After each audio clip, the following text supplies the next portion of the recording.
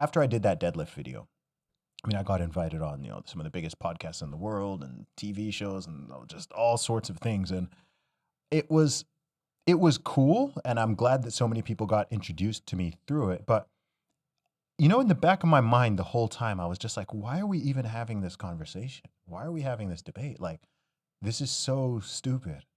Like, this is It's just this is really silly. if Like, somebody would have told you 10 years ago that would be a debate, you're like, no way. There's no way. Yeah, like why are we really gonna sit here and pretend that? Because that's all it is. It's just playing pretend, and we're really gonna just pretend that males and females are the same, like identical, and that Interchangeable, and go men back are and not forth. stronger and faster and bigger. Like before people even knew what science was, they were aware of these differences.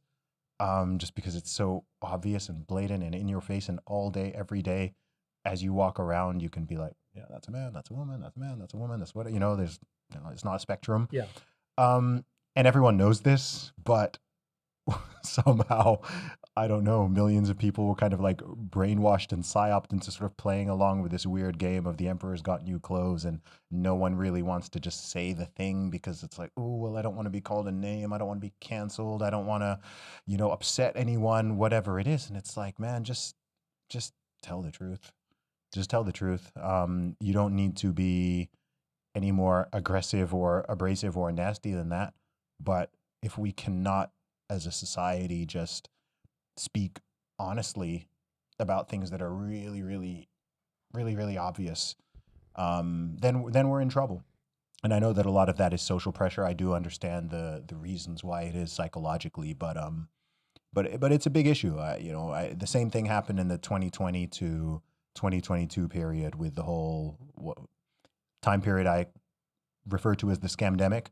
A lot of the same thing went on, where people just were giving into absurdities and things that doing and saying things that very obviously didn't make sense. It wasn't logical. It wasn't rational. It wasn't scientific. And they'd get mad when you would try to have a logical conversation. Yeah. And stuff like that is scary. Yeah. Stuff like that actually, I'm not afraid of a lot, but when that kind of thing is happening en masse in a society, because it makes you think, gosh, am I going crazy? I'm just like, I'm the same person I was in 2019.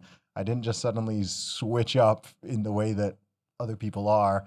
And now all of a sudden, it's weird because, and now I can say all those same things. So for like 2019, I was normal. 2024, I'm normal. But somehow 2020 to 2022, like I was, I don't know, some crazy conspiratorial, anti-vax, anti-this, like, I was like, I've just been consistent. And largely my position was just the pro-liberty one of like, hey, like people have their basic rights and civil liberties, and people should be able to make the choices and the risk assessments that make sense for them, because we're all different. And this goes with pretty much everything.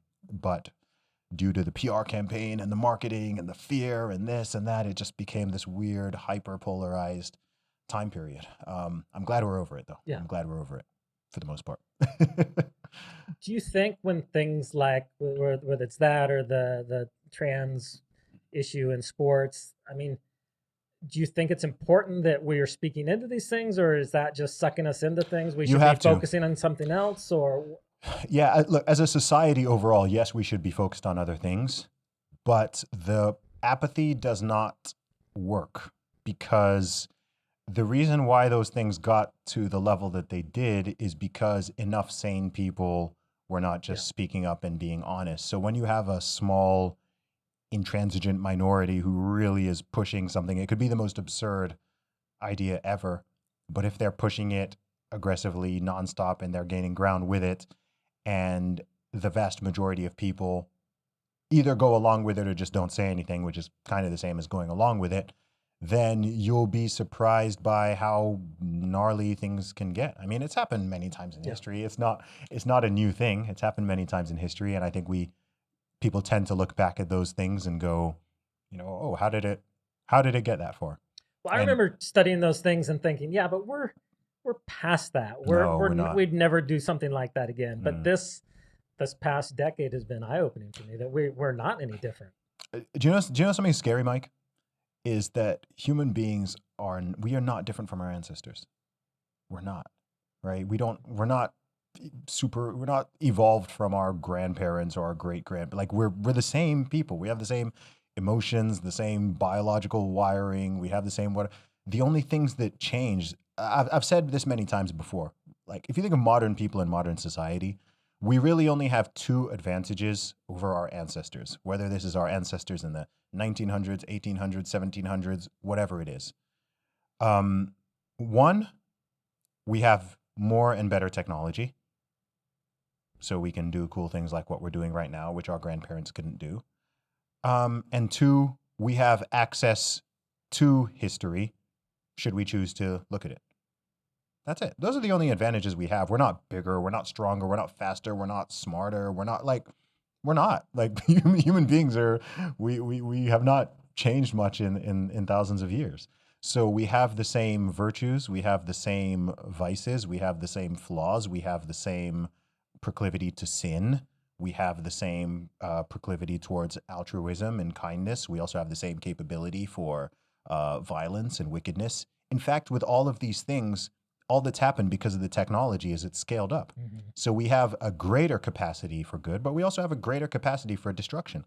If you go back 100 years ago, let alone 1,000 years ago, there wasn't the technology to just annihilate every human being on Earth. It didn't exist. We have that technology now. Like, how many nuclear bombs exist around? There is the potential that we have the capacity and the technology right now. Should all the world leaders choose to just go nuts simultaneously, that every single human being on the planet could just be just wiped out in under a minute. That's new. Like, that's relatively new. And so we've just got to really be careful with that. You can look on, just take a technology that is again relatively new, just in the past 2 decades or so, but is completely ubiquitous. Social media, the internet and social media and smartphones, and you have there's a capacity to do great good with it, both on an individual level and on a societal level. But there's also a capacity to do huge amounts of damage, whether this is hurting people's self-image or their mental well-being, or creating addictions where addictions didn't used to be, leading people down certain rabbit holes, exposing people to certain types of imagery or video, like things that before you just wouldn't have seen or heard. And so the question is just, okay, we've got this technology and it keeps going and it keeps improving and changing. And it's just like, okay, well, what are we going to do with this? And I think we always have to keep ourselves in check. I know I always keep myself in check by just remembering, like, okay, I'm not,